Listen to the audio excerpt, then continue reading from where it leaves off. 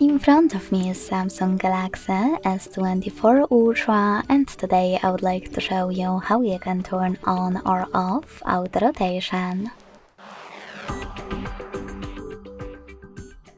Begin by going into Tab menu. Now you need to look for gray portrait shortcut with a padlock or white auto rotate one. As you can see, portrait is over here, so when I click, it's white and it says auto rotate. That means that auto rotation is on, so to turn it off, just hit auto rotate. Thanks so much for watching. If you enjoyed this video, leave a like, comment and subscribe. Bye!